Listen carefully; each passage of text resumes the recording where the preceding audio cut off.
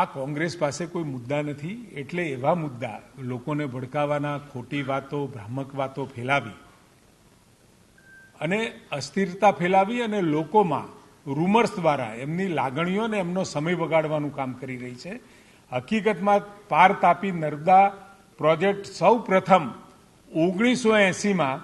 કોંગ્રેસ દ્વારા રજૂ કરાયો હતો અને 2011માં માનનીય મનમોહનસિંહે આ પ્રોજેક્ટ ફરી રજૂ કર્યો હતો અને 2017માં આ પ્રોજેક્ટનો ડીપીઆર વિગતવાર અહેવાલ મંત્રાલય દ્વારા રજૂ કરવામાં આવ્યો હતો કે નહીં કે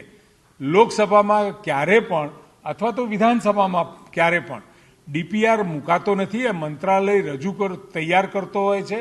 અને આ પ્રોજેક્ટ રાજ્ય સરકાર દ્વારા સ્થગિત કરવામાં